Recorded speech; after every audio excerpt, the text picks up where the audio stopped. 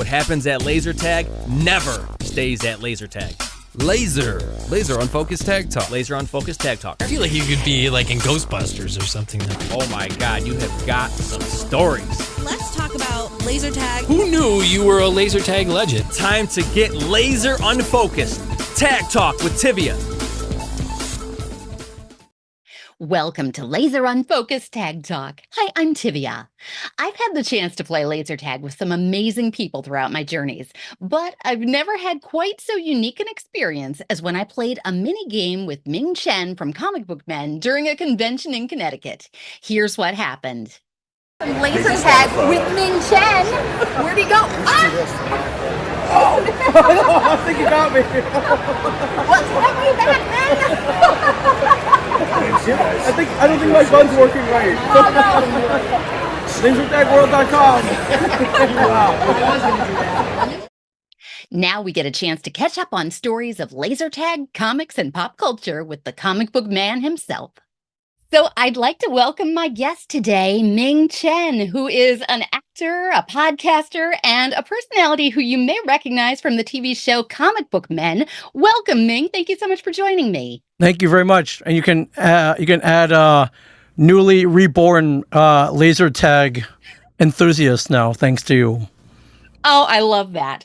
So the story behind this is that you and I met last weekend at Terrificon in Connecticut, and you really surprised me when you started talking to me about Worlds of Wonder and Qzar and pulling out names that, you didn't just pull that out of thin air. So when you were talking like that, I was like, Ming Chen is legit. He's a laser tag enthusiast. So I was delighted to learn that about you and to talk some tag, and could have talked for quite a while. And so that's why we set this up. So delightful to hear. And I would love to hear about your experiences. Can you tell me about the first experiences you had playing laser tag? Yeah, absolutely. I think it's got to go back to 1986, 87 with the Worlds of Wonder laser tag. Must have seen the commercials during Saturday morning cartoons, and I was entranced by it. Very new technology. My first experience with laser tag, I didn't know prior that there were photon arenas. There were none of those by me. I didn't live in a big city, but I was growing up in a town called South Bend, Indiana, and at the time, me and my friends were really into. I think the biggest thing we're into was GI Joe. So, GI Joe, Cobra. It was during the Reagan kind of Cold War. I was worried about nuclear war and being attacked by the Russians. So I didn't have access to any real weapons, but I guess we all wanted to be prepared. I also love technology. I was really into computers, sci-fi, Star Wars, Battlestar Galactica. And I think that's probably the first time I saw any kind of like laser-like weapon was in Star Wars with the Star Wars blasters. So to see something similar in 1986, 87, totally captured my imagination, and it had to have been from that first commercial that I was like, "Whoa, I need one of those." I grew up. I have a younger brother, so I was like, "All right, I'll have someone to fight." Try to get the other neighborhood kids involved, but I think it was maybe about 6 months later that I finally got enough money, and we were able to buy a couple of the laser tag sets. And it was a basic set with the black laser tag gun, I believe, with the red stripe down the side, and then the sensor. Which now that I learned, because I just went and rewatched the cartoon that would come on later on, the Laser Tag Academy, all of this stuff had names, so which I had no idea. And I believe was there a comic book series that may have gone along with it too? I have to look all this up. But there was a book series for sure. Okay, and some of the neighborhood kids got laser tag sets as well. And from then on, whenever we had sleepovers, I had a pretty big basement that we didn't use, so we just turned off all the lights. We would have endless battles down the basement. My parents are trying to sleep. We're running around crashing in the walls and obstacles in the dark at midnight. But at least they knew where we were. Occasionally, we would go and take the game outside as well, and try to keep keep it within the guns ranges. But hours and hours of fun. Probably shaped a lot of my nerddom to this day. And I went home recently. Those two guns are still in a drawer somewhere in my parents' house. Did not try to put fresh batteries into them, but I imagine they still work. They built things pretty sturdy back in the 80s. So imagine you could definitely fire those up. Yeah, I imagine those still work. And then a couple of years ago, my friend surprised me. I was like, "Hey, I picked up something for you at a con," and he pulled that out of a box, and it was the cap, the hat with the sensor built onto it. So I was like, "Man, you just brought back a flood of memories with this." So I don't know. I'm gonna have to go find those guns and see and fire those back up with some friends.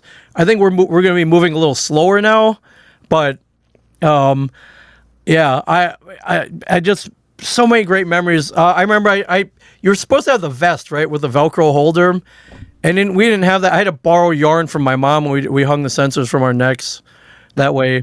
We constantly calling each other out for cheating, for covering the sensors. Just endless battles though, and I miss those days. I hadn't really thought about them until about 4 days ago when I met you and you brought all these memories back up, and you let me know all of this is alive and well for sure, which is amazing. Absolutely. And you've just painted a picture of childhood for a whole lot of people who are still enjoying laser tag today. So that's amazing to hear where your story began. And I remember you telling me about a trip to Toronto. So I'm wondering, when did you have your first real laser tag experience in an arena? It probably had to be QSARS, Toronto, Canada. I want to say early 90s, maybe 90, 91, 92. We were taking a trip to the big CN Tower, and right at the base of it was a QSAR arena, and we had about an hour to kill, and I looked over at my brother. I was like, "Hey, we should go play this. This looks pretty cool." Watched a couple games. I think the thing that really entranced me was you could pick your own handle, your own username for the game, and it kept score, which I thought was amazing. I was like, wow, real time scorekeeping. This is really cool. We saw kids walking out. I think they print out the scorecards for you as well to keep. So I thought all that was really, really amazing. So yeah, we paid whatever the one game admission fee was, and we were off and running. And that was a life-changing experience as well. And like an organized commercial laser tag arena where we could play with strangers. I think for the first time we were able to play laser tag without friends, just friends. We were able to shoot strangers, maybe a little trash talking, and it was pretty funny. Talk. That's the whole game. Yeah, for sure. So I think they split it up into teams. I believe me and my brother were probably ended up on the same team. But my fondest memory was there was a grandmother there with her grandkids. She got dragged into the game, had no interest in playing, but she strapped on a vest and held a gun so she'd be with her grandkids.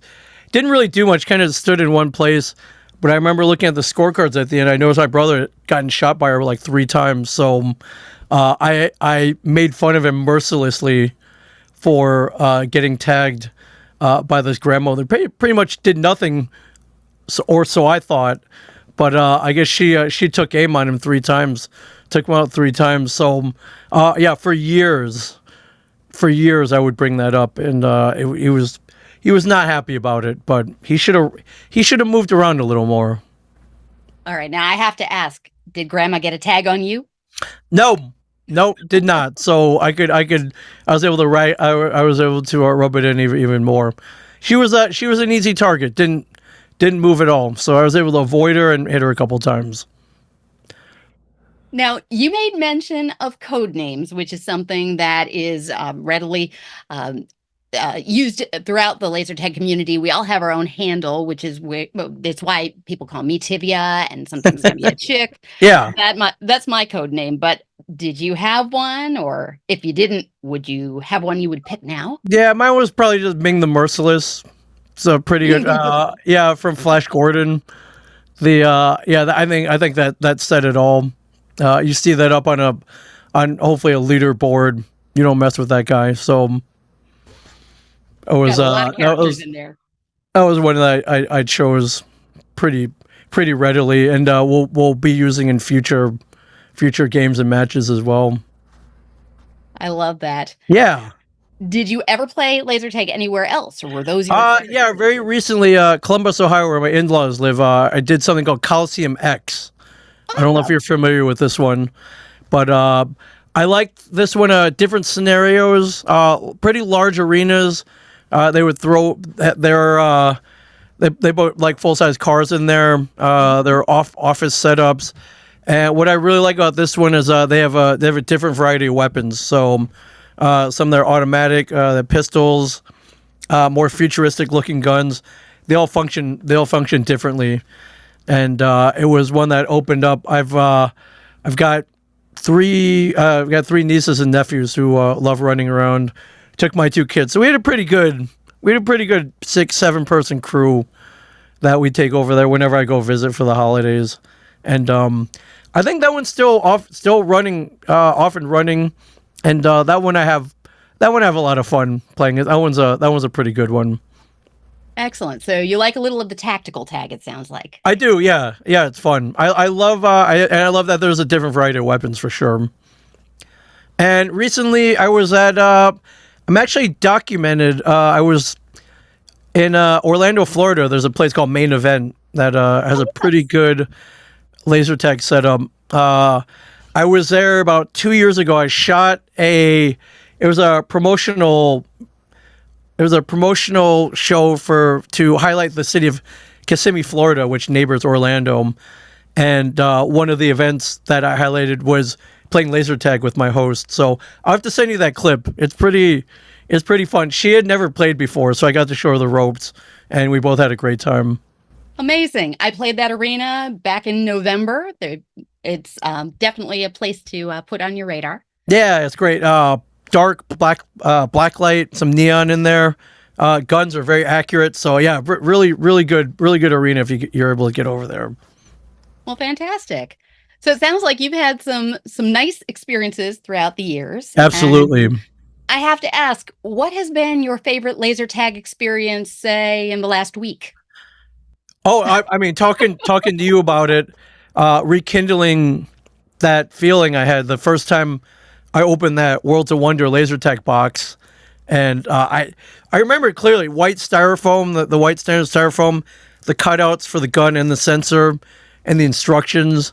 Just I felt that I had time traveled, like, I don't know, 1,000 years into the future, kind of like the cartoon. I felt like I was going back to the year, going forward to the year 3010.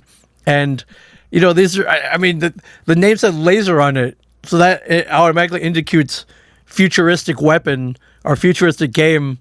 And it really, talking to you, meeting you, kind of rekindled the day I got that laser tag toy, and I was off and running. And I wanted to see if the old cartoon episodes were online, and someone's uploaded all 13 of them to YouTube, so I started watching those again, and that rekindled a lot of my Saturday morning memories as well for the Laser Tag Academy cartoon.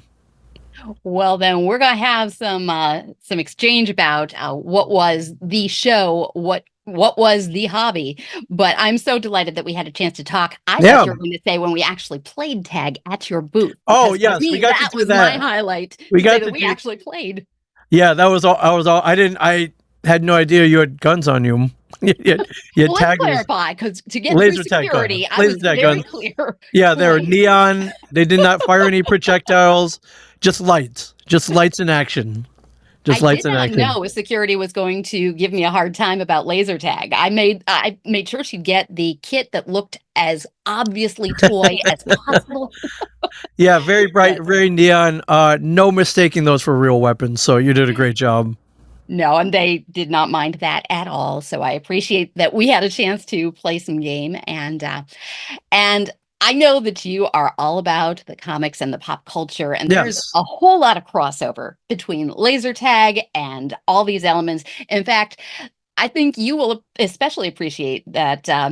One of the crossover elements I want to talk about is the fact that the very first commercial laser tag arena game, Photon, was inspired by a very significant piece of pop culture. And I wondered if you have any guesses what that might be. Yeah, I have to cheat because I looked this up, but it was the same that inspired me when I when I entered the world of laser tag. But if I read correctly, it was Star Wars, the 1977 Star Wars, the very first Star Wars movie, which inspired many other things, I imagine. But laser tag was one of the best things to come out of it for sure. I And Photon. wholeheartedly agree. And I know that you're a big Star Wars guy, so Oh, yeah. I figured Big time. you'd remember that scene with the Death Star and the shots being fired and say, "Oh yeah, that does kind of look like that game, doesn't it?" Yeah. Although stormtroopers don't aim very well, so I'll enter a laser tag battle with stormtroopers any day. Well, now that begs a question because Yes. I remember that on one of the episodes of Comic Book Men, the Stash Troopers episode, you guys borrowed some stormtrooper costumes, and it sure looked on TV like you were actually playing laser tag. Tell me about that experience and what was actually going on there. Pretty much, the 501st came in, which is a well-known Star Wars costuming group. They're at every convention. They visit hospitals. They do charity marches. They came in and tried to recruit us, and we're like, well, before we recruit, we got to try on the costumes. We got to see if the costumes fit. So yeah, we had a little Star Wars gun battle, but it was more or less a laser tag event. We turned it into a laser tag event. We were just trying to see if we could fire and shoot each other, just like in the movie. And yeah, it reminded me of my days ducking behind obstacles, running around, and trying to eliminate my competition back in the day. So, is that the only time you've ever had an opportunity to play laser tag with your cohorts? I believe that was the one and only time so far. But I'm hoping it's not the last. I imagine we'll be in a scenario somewhere, maybe at a Comic-Con or an event, where we'll be able to strap on the laser tag gear and face off against each other. I'll bring more phasers next time. Yeah, nothing would make me happier than to take out my co-stars, Walt Flanagan, Brian Johnson, and Mike Zapsik, for sure. Maybe we can get Kevin involved. Jason Mewes, I imagine, has played many times. This seems 1,000% completely up his alley. Well, I think that would be awesome to see you guys do that. I'm big fans of all of you. And it's ironic. I was telling you that I was just at the Secret Stash about 2 weeks ago. And I've always been delighted that anytime I've walked in, I don't know if it's pure coincidence or whatnot, but you're the only one who I hadn't met up until this point, just by happenstance being through New Jersey. Yeah, I'm glad. Usually I'm around. So, but although these days I'm usually at Comic-Con, so no surprise that that's where we meet for the first time. I was so happy to see you come up to my table, and I was even happier to find out what your true passion is. Very, very amazing.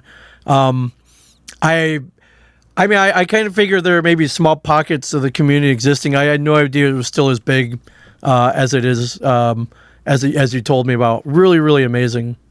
Well, very much so. And we all kind of have our favorites. So I know you've made some new friends just by saying you loved Qzar. Yes. But going back to the Christmas season of 1986, that's when the home laser tag market really started to break wide open, because that year there was a Photon home game released at the same time as the Worlds of Wonder laser tag that you played. And interestingly enough, there was a lot of parallel between the two. Both of them had home kits. Both of them had television shows. Both of them had crazy storylines and crazier merch.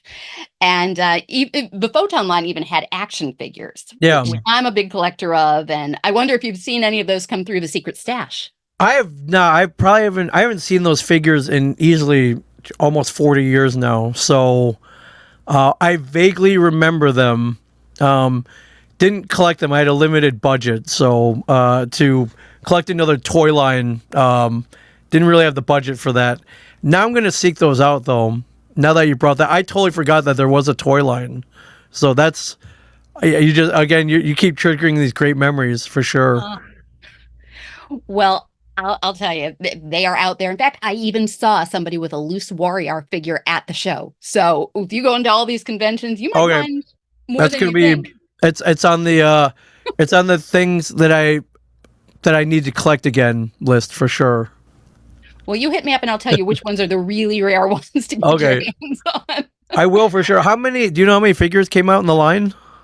Well, see, here's the interesting thing. Okay, They had, if you look around, you'll see Toy Fair evidence that there were prototypes made, but not all the okay, figures made it all the way. okay. The ones that you'll come across are Bodhi Lee and Warrior, which was the orange four-armed monster. Some of the rarer ones, I'm particularly proud of Whoa! Leon, the laser tag playing lizard. Wow, that thing looked like you time traveled back to 86, 87 and bought it off a Toys R Us shelf. That's amazing. Now, here's the thing. If one of those comes through the door, you need to tell Walt and Mike they need that for the stash because Oh that yeah, for is a sure. real And then rarity. we'll tell you about it so you can add another one to your collection. Awesome. So yeah, there are a few figures out there, but there's a couple that are a little bit more common to find, and I hope that you can start collecting them. Um, there were no figures, to my knowledge, from the Laser Tag Academy No. side, but I am Team Photon. When it came to those toy wars in 1986, yeah, basically those two brands, I mean, they dominated their toy category, which was very cool to see. But you were either Team Photon or Team Laser Tag. I was, of course, am and forever will be Team Photon. And it sounds like in your case, did you know there was a choice, or I how did you did. end up with I did. I was a big fan of both companies, Entertech, who made Photon, and Worlds of Wonder, who made Laser Tag. I think I picked Laser Tag. I think the cartoon definitely had a lot to do with it. I think the look of the gun, though, was probably the deciding factor. I think the black color and the shape of it looked more futuristic to me. So I'm pretty sure the commercials probably sold me as well. The commercials, I think maybe were just a little bit better. Maybe they aired more in my area, but yeah, for whatever reason, I gravitated more to the Worlds of Wonder one. Did Teddy Ruxpin have something to do with it? Perhaps their sister toy. I think it was a number of weird small factors, but yeah, in the end, I think and I got all the neighborhood kids to get the laser tag guns as well. So it was more may have been more of a compatibility issue as well. But I did see the Photon commercials. I think the only Entertech thing I had was at the time they were one of the pioneers of the battery-operated automatic squirt guns. I think I think Entertech had entered that world as well. It was the first time I saw a squirt gun that fired by itself. So that I remember very fondly. Amazing. Well, and you were obviously a fan of the Laser Tag Academy TV Yeah. show. I didn't watch that show. What did you like about it? I love that it tied in to the actual toy. I'm a sucker for anything that has to do with time travel. So Back to the Future, any movie or TV show where any time travel is depicted, I'm a huge fan. I have a flux capacitor tattoo, if that means anything.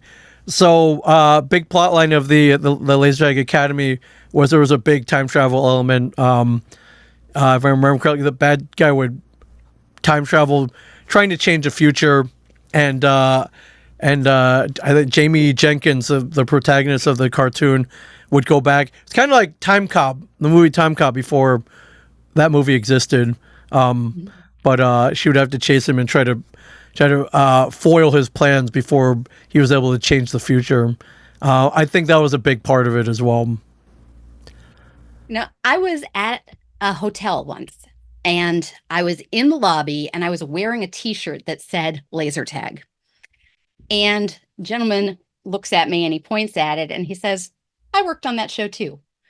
It was Keith Tucker Oh, who did some work on Laser Tag Academy, and I could that's not believe I amazing. had the Just chance to- randomly.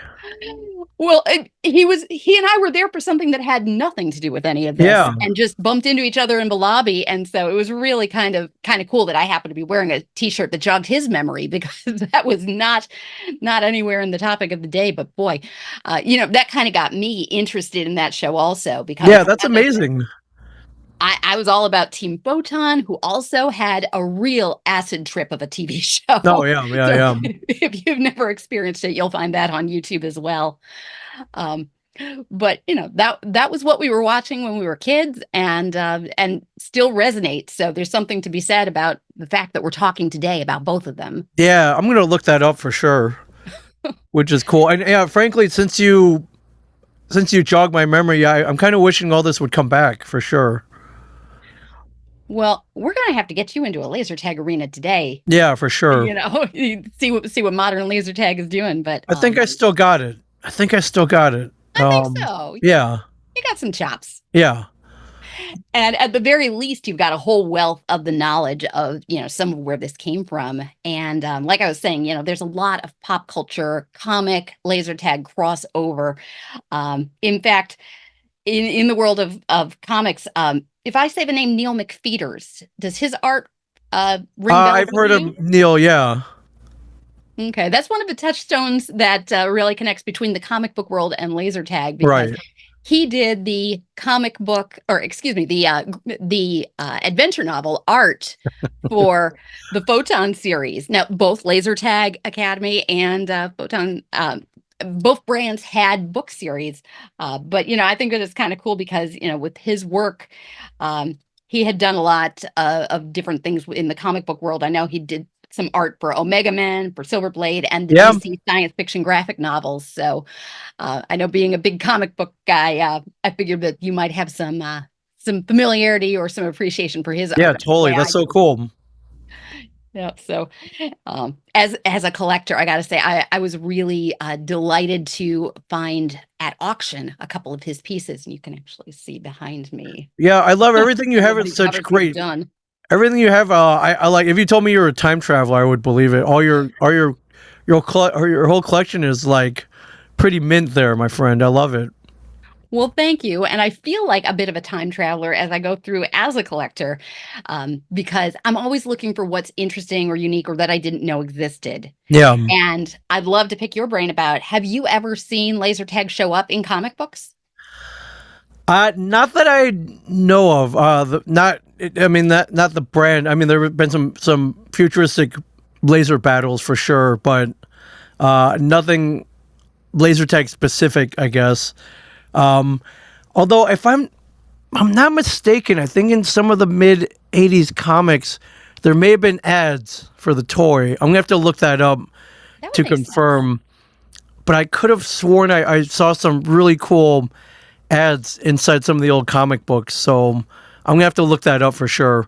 I think Worlds of Wonder, if anything, they had spent their budget on great technology, but they were great marketers as well. So Well, I yeah. swear, yeah, I could have sworn I saw some kind of ads sandwiched in the middle of comic books for sure. Well, that would be spot on advertising. Yeah. So makes sense. And I have only come across laser tag in a comic book once. And I love that you will appreciate why you have to keep these things in plastic. But Oh, yeah. This is a Laser Quest comics, the one and only edition that they put out. But my understanding from some of the people who worked at Laser Quest was that these were available for sale, and sometimes might have been made available through birthday parties or memberships. And it's got some comic art That's going amazing. on in there. I But- love the tie-ins. I love the tie-ins. It's the only time that I had ever been familiar with laser tag showing up in a comic book, but I figured if anybody knows, it would be you. And I'm delighted to be able to show a comic book to the comic book man who. Oh hasn't yeah, I've seen it never before. never seen that one before, so that's a rarity for sure. Think Walt will give me a good price on that? He might. I think the only problem with the other guys I'm on the show with, they're all stuck in the 70s. So anything 80s, they grill me about. They make fun of me about. They just don't get it, and that's where a lot of our battles stem. I try to tell them how cool the 80s toys were. They're stuck in the 70s. It's a constant it's constant struggle, my friend. Constant struggle. That book was actually from '96, so you'd have to bring it a little Okay, further into the future. even farther, yeah. They're yeah. The farther the farther you are away from the '70s, the worse it gets for sure.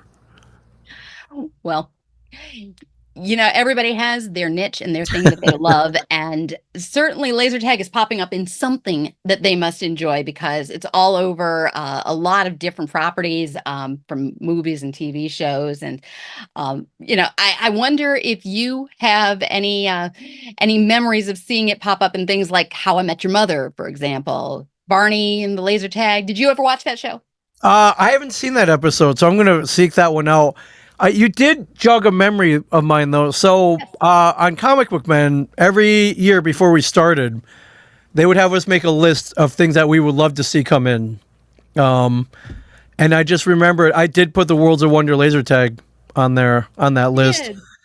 I do recall, I think they were going to bring in a guy who had the big giant white rifle, and for whatever reason, I guess I couldn't find other ones. I think they did want us to run around shooting each other, and now regretfully, it never happened. I do remember they actually made an attempt though to make this happen. Either they had trouble tracking down someone who was going to sell or buy the home kit, but I do remember that they told me they tracked down somebody with the rifle, which would have been cool because I would have bought it for sure. Normally what happened when 80s toys came in, Walt would have no interest of buying it for the store unless it was really valuable. But he would defer to me. He was like, listen, if you want to pick this up for yourself, you can. And I totally would have picked up that giant white rifle. Now, all right, you just jogged that memory. So the reason I don't have it is that never happened. I might have to go look for one now. Well, if they ever resurrect that show, you give me a call. We'll hook you up. Yeah. But that's awesome. And I will thank you for putting that on your list because that's pretty cool.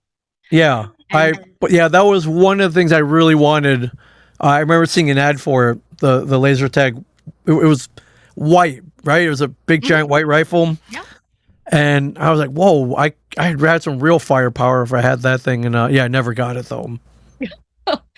Okay, so you're going to be on an eBay hunt later today. I am, yes. Or definitely if I see it at a Comic-Con where I can acquire it right away, that's probably going to happen. I'm going to have to figure out a way to get it home, but I'll figure it out. Very nice. Now, I'm kind of curious because I am a fan of the show and all things related to Kevin Smith and the View Askew universe. Yeah. And I'd love to know how you got involved in the first place with that whole crew. Very interesting story. I became involved with Kevin and everything because I was a fan. So when Clerks came out in 1994, I saw it shortly after its release. And I fell madly in love with it. If you've seen the movie Clerks, it's in black and white. Nothing really happens, and it's about two guys who talk in a convenience store for about 93 minutes. So it's not terribly exciting. But what really got me was the dialogue. Everybody who talked in that movie talked like me and my friends did. Up until then, every movie I'd seen had pretty much Hollywood dialogue. It was like, oh, we got to go destroy an asteroid. We got to save the world. We got to do this. Someone's taken over a building. We got to go, German terrorists have taken over a building. We got to go, and there's one man who can save us all. That was the kind of dialogue I was used to. But then Clerks came out, and there were guys talking about stormtroopers changing toilets on a Death Star, or just how bad their jobs were, or they talk about comic books, pop culture, things that sounded like a conversation that me and my friends would have. So I fell madly in love with this movie, found out this guy named Kevin Smith was behind it, and I was like, man, I'd love to meet that guy one day. He seems like, a guy I would love to be friends with, or at least talk pop culture with. And at the time, I was learning how to build websites, and this is pretty early on, 1995. The internet hadn't become the internet quite yet, but I kind of combined both of those passions, I guess, building websites and Clerks, and I made a Clerks fan website. And about 2 months after I launched it, Kevin Smith saw it, and he sent me an email, tracked me down, sent me an email, and he asked me to call him. He said he'd seen my website, and he wanted me to call him the next day. And I looked up the numbers from New Jersey, which was where he shot the movie Clerks, so it looked like it was legit. And I was pretty excited to talk to him. But then I realized, like, wow, what if he's sending me a cease and desist? You know, kind of the content all the content on my website was basically ripped off from other sources. You know, what if he was telling me he was calling me, he was going to call his lawyers on me or something. But I called him. I was like, you know what? At the very least, if that's what he wants to talk about, at least I'll get to talk to him for a little bit. Tell him how much I loved his movies, asking a couple questions. But when I called him, it was not to sue me or to take me to court. He said he loved what I did. He said he saw a big future, that the internet was probably going to be a big thing, and he was asking me if I could build more websites for him. So it was pretty much after that. I did. No, that's all I wanted to do after that point. Helped him establish an online presence. Helped him communicate with his fans on the internet. After that, he ended up hiring me full time a few years after. Got me into podcasting. And that kind of led to Comic Book Man, the TV show, and then all the conventions that I go to afterwards. So I owe him a lot for checking out that website and deciding that he wanted to recruit me somehow and help him out. So that was pretty cool. Not your usual path in meeting somebody or getting a job, but it was pretty cool how being a fan in the movie Clerks pretty much changed my life. That's amazing. Yeah. And yeah, you gotta love Clerks and Clerks 2 and Clerks 3. Dogma was where it started for me. Yeah. But, great movie. But I was reminiscing about Clerks not too long ago, again, right on the heels of being at the Secret Stash again, but was reminiscing about it because there is a laser tag arena in Princeton, New Jersey that is themed around playing laser tag on a rooftop. And I remember the hockey on the rooftop and the dancing with Rosario on the rooftop. And I'm thinking that he needs to incorporate some laser tag on a rooftop the next I would time. love to see that. So I've been on that rooftop of the Quick Stop. If you watch Clerks 3, there's a hockey game that opens up the beginning of the movie. And I'm in that scene, me and the other comic book men. Awesome. And so we actually shot on that rooftop. And pulling back the curtain a little bit, there's no way you could play a real hockey game up there. It's pretty small. Laser tag, you might be able to do. There are a couple of obstacles up there. There's some piping. I think there are a couple of roof-mounted air conditioners up there you could use as cover.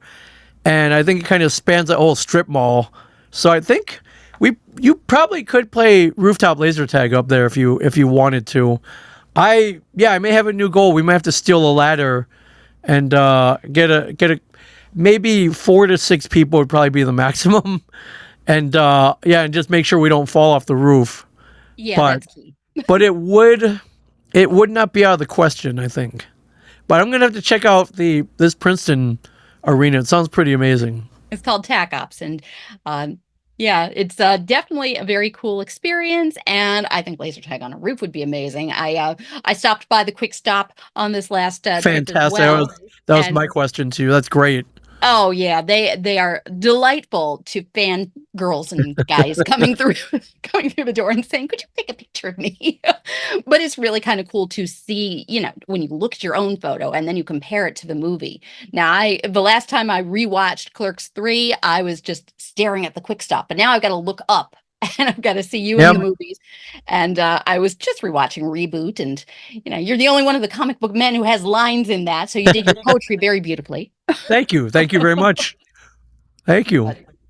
Yeah, definitely cool to see things like that resonating in the movies. And laser tag gets a shout out every now and again too, like the Captain Marvel movie when she meets Nick Fury, and the line is, "Well, witnesses say she looked like she was dressed for laser tag." And I don't know what dressed for laser tag meant to him, but we know what she was wearing. So Yeah, exactly. And I mean, that won't be the last of the references anywhere for sure. So no, it keeps popping up in pop culture. The Simpsons. Homer Simpson worked at his dad's laser tag one summer when he was trying to put Marge through college. And there's a little reference to it at the beginning of a South Park episode, the one where yeah, Dan joins Scientology and everybody else goes to play laser tag. yeah. And I think my favorite recent reference was from Breaking Bad, where they're going to launder money through laser tag arenas. So that's one of my favorite moments. Yeah, laser tag. Just think of it. Yeah, it's pretty awesome. It really is, because it's a reference that everybody knows. It Yeah. isn't something you have to explain to people what it is. After 40 years, laser tag is laser tag, and people understand that as a quick reference to something kind of cool or something fun. And so it does show up in TV shows and movies every now and again. And if you could pick a TV show to see them do some laser tag, what show would you like to see that Oh incorporated? man, that's a great question. That's a really good question. Yeah, two competing groups settling their differences through laser tag. Like, I don't know about TV, like West Side Story. Can you imagine, like, West Side Story? They settle that whole thing through laser tag. There would have been a lot of less deaths and drama. Which with dancing, that would be great. Laser tag with combine mash up with dancing and a gang war. Like, I think that should be the next thing. I'm going to start writing that script right now. Laser tag Story. There we go. Oh, but there you go. It lends itself. The Sharks versus the Jets. Easy. That's right. No fatalities, only fun. Right. Or the last scene in The Outsiders, the Rumble. What if they just settle it through laser tag? Again, would have been a lot less death involved for sure. I think we should settle everything with laser tag. I wholeheartedly agree. Yeah. So, all right. I like that. You work on that script, and meanwhile, we'll watch Nick Fury get confused about what you're supposed to wear to laser tag. Right. But yeah, what if we just settled every battle, every war to laser tag? I think the world would be a better place. Wholeheartedly agree. It's great for team building. It's great exercise, and it's just fun. Good conflict resolution. Yes. Conflict resolution as well. Now, there's something they don't put on the posters. But they should. Well, I'll tell you, one lady who was definitely not dressed for laser tag was when Mariah Carey put laser tag into one of her videos. She did the video in like this tiny silver mini dress, and I'm like, you do you, but that is not dressed for laser tag. Although I will say I've gone to laser tag in a dress before, but we cut her some slack because I understand that she threw a laser tag extravaganza for her twins a few years back, and I never got to have that when I was a kid. Did you ever have a laser tag No, party? I never did. My parents never let me have the elaborate birthday parties. Usually if I did have a party, it was at home, and we never really went out and did something cool like that. So but now that I have my own money, I may have to do that for a future party. I think that might be in the works. I didn't have my first laser tag birthday party until I was older, grown, had a career and a mortgage. Yeah, but then you can kind of buy as many games as you want, right? So I love it. Oh, absolutely. I still go out and do this every week. Yeah. And that's so great.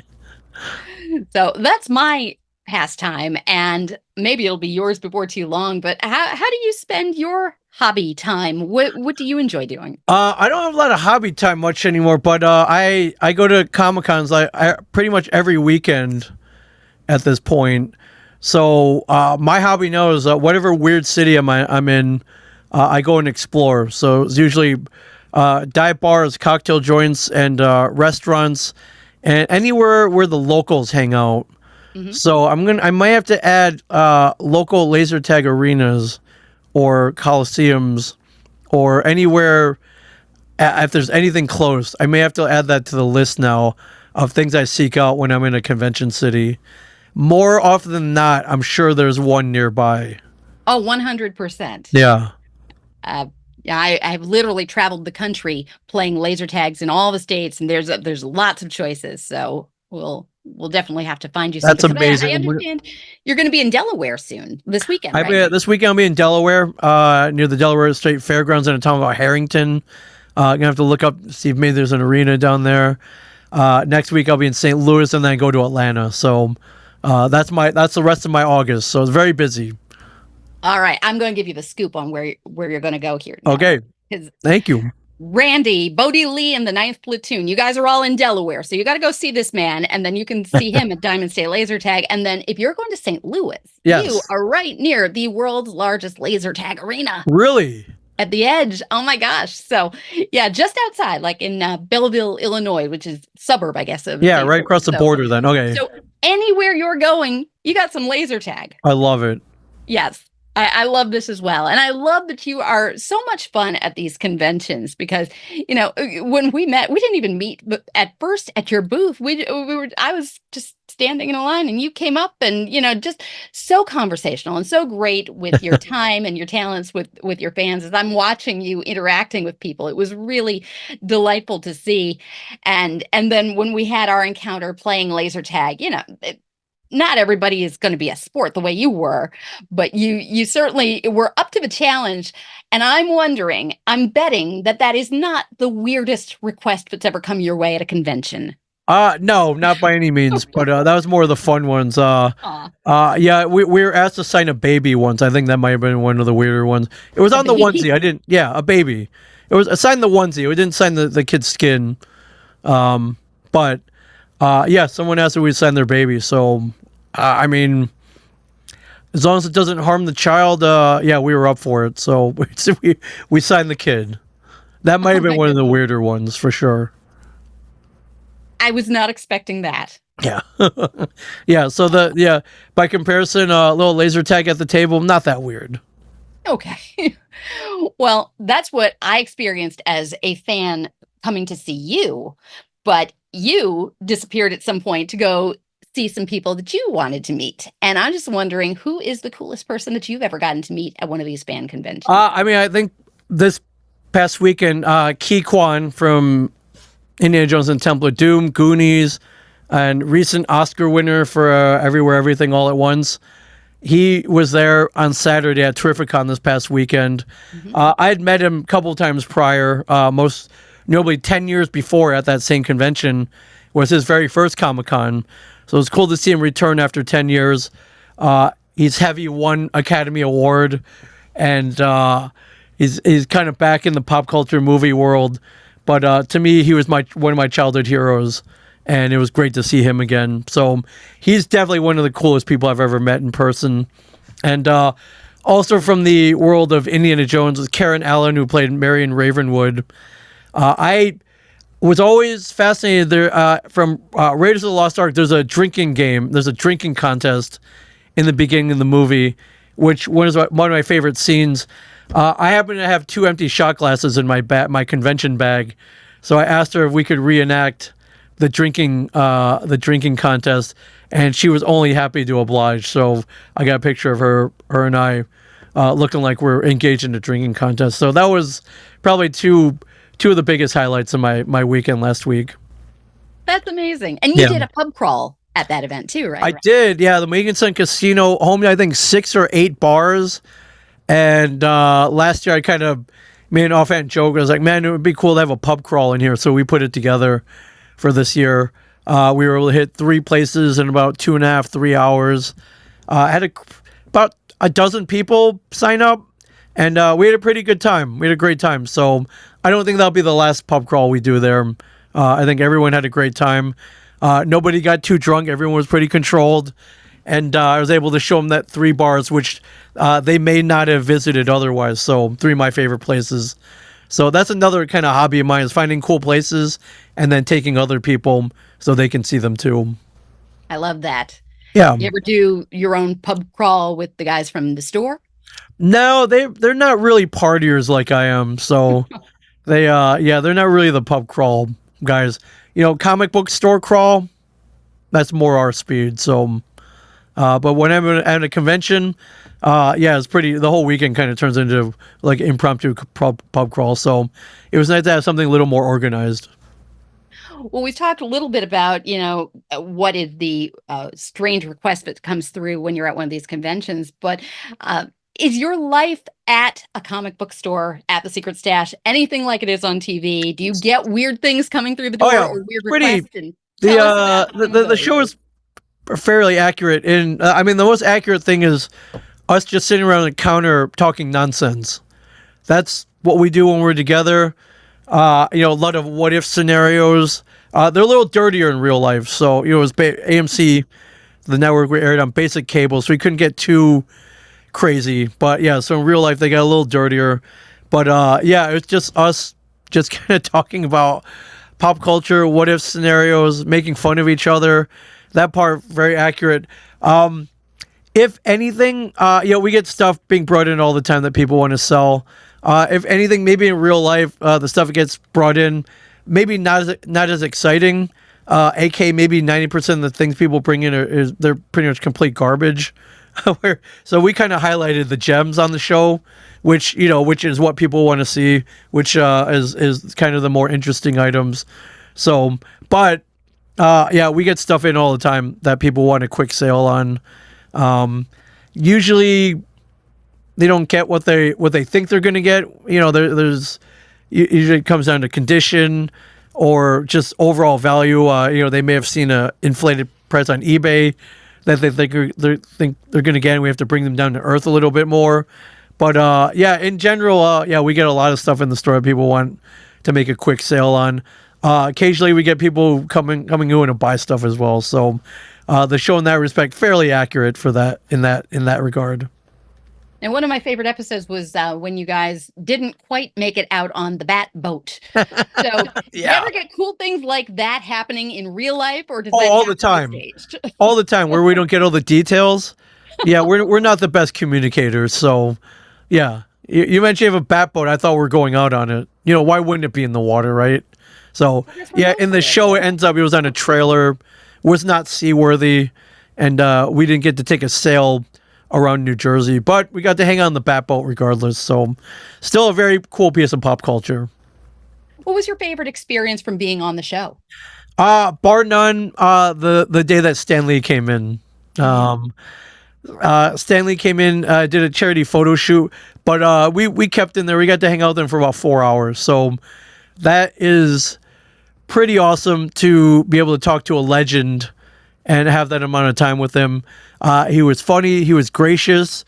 He made fun of us like he was one of us comic book men. And it was pretty cool to have a not only a comic book legend, but a pop culture legend, and just a legend in general. A household name come in, and someone we grew up with, someone we saw on TV, someone who created our universe, the universe that we know, live, and love. It was really cool to have him, and it was great to find out that he was a really, really great guy. And I'm sorry he's gone, but I treasure the time that we did have with him for sure. Definitely one of my favorite episodes and favorite moments on the show. One of the things I really enjoy and appreciate about being able to meet people at different events, and you see somebody on TV and you have an impression, and when they are truly delightful people like that in real life, it's very heartwarming. Yeah. Is there somebody who you would really love to meet who you haven't had the opportunity yet? We always try to get George Lucas on the show just because I'm a big Star Wars nut, and he's pretty much at the level where we were never able to get him on. He doesn't do a lot of public appearances, doesn't really show up on TV that often. I guess he doesn't need to, or doesn't want to, or doesn't have to. He just saying his name is enough. But I probably have a million questions for him, dating back to the original Star Wars, him coming up with the universe, him taking a chance on this weird space opera movie. I probably would have asked him about all the movies he did before. He's done before American Graffiti and THX 1138, and and just him in general. I find him a pretty interesting person. So I think him and Harrison Ford would have been really cool as well. Very nice. I know I had sort of that same feeling about Kevin Smith. Watch the movies and he is just truly delightful. So I want to shout out what a nice guy he seems to really be. Oh yeah, no, I'll back that up for sure. He's a great guy. Very good. And he incorporates so many of these cool things that we love from childhood, which is so nice. And you made a very good point that now you have the adult pocketbook to go along with your hobbies, so it's a whole lot easier to be a big kid. What is the one thing that, if money were not an issue, you would want to purchase from your childhood and resurrect today? I mean, I would probably get a whole army of, a whole collection of Worlds of Wonder laser tag guns, all functioning. Probably hand them out to my friends so we can reenact some battles for sure. There are a lot of G.I. Joe toys, which I didn't get a chance to get when I was a kid. And now buying them back is like, they all cost 10 times as much as they did back then. So those are a little harder to collect. Old Star Wars action figures from the 70s and 80s. I would probably grab those back again. Yeah, there are probably things I haven't even thought of. But it would be cool to pull out a whole rack of neatly organized Worlds of Wonder laser tag guns, all kind of stacked side by side. Bring people in, choose your weapon. Let's have some fun today. That would be pretty cool. I absolutely love that. And I love that as adults, we can still be big kids, and that these, what's really appealing about these fan conventions is that, we can do that, like the one we were at last week. And when we met, one of the coolest things that you said to me, besides, yes, I'll be on your podcast, would have to be when you offered to help promote my website and you held up the banner, Tivia Chick Loves Laser Tag banner. So I thank you for helping to promote my website. I'd love to ask, is there anything that you're working on now that I can help you promote here? Anything current that you'd like to tell us about? I do have my own business, which is where I'm podcasting from right now. I've opened up 2 podcast studios in New Jersey, and I rent them out by the hour to beginning, aspiring, and experienced podcasters. The place is called A Shared Universe, and if you want to do something like this, I'll hop on with you. If you want to talk about comics, laser tag, whatever you want, this is how you can do it. You can hop on the website and book a session. If you want to launch a podcast, if you want to learn about podcasting, if you want me to come down and teach you about podcasting, I can. It's all through that website. Or if you're in the New Jersey area, you can come down and podcast at the beautiful studio that I'm at right now. So that's what I do during the week when I'm not at a Comic-Con. I run podcast studios. Other than that, hopefully very soon. I finished writing my first comic book recently. I just got to get it made and drawn, and I've got to raise money to get it so I can pay the artists. That should be coming out soon. Hopefully by the time you see me in a year at Terrificon 2026, I'll have copies at my table. So those are 2 things that I pretty much work on a daily basis. That's amazing. And where can we go to keep up with all things Ming Chen? I'm all over social media. Social media is Ming Chen 37, MINGCHEN 37.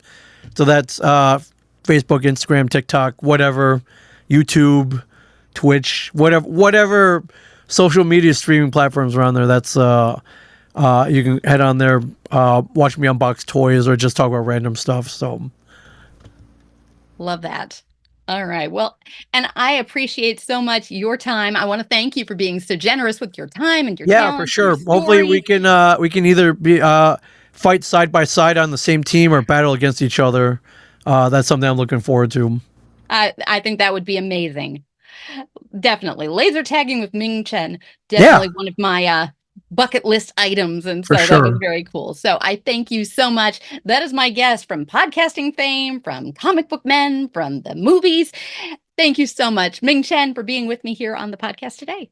Thank you. Thanks for checking out this episode of Laser Unfocused Tag Talk. Listen for more episodes on the 1st and 3rd Friday of each month. Want to be a guest on an upcoming episode? Find out more and follow my blog and website at TiviaChickLovesLaserTag.com.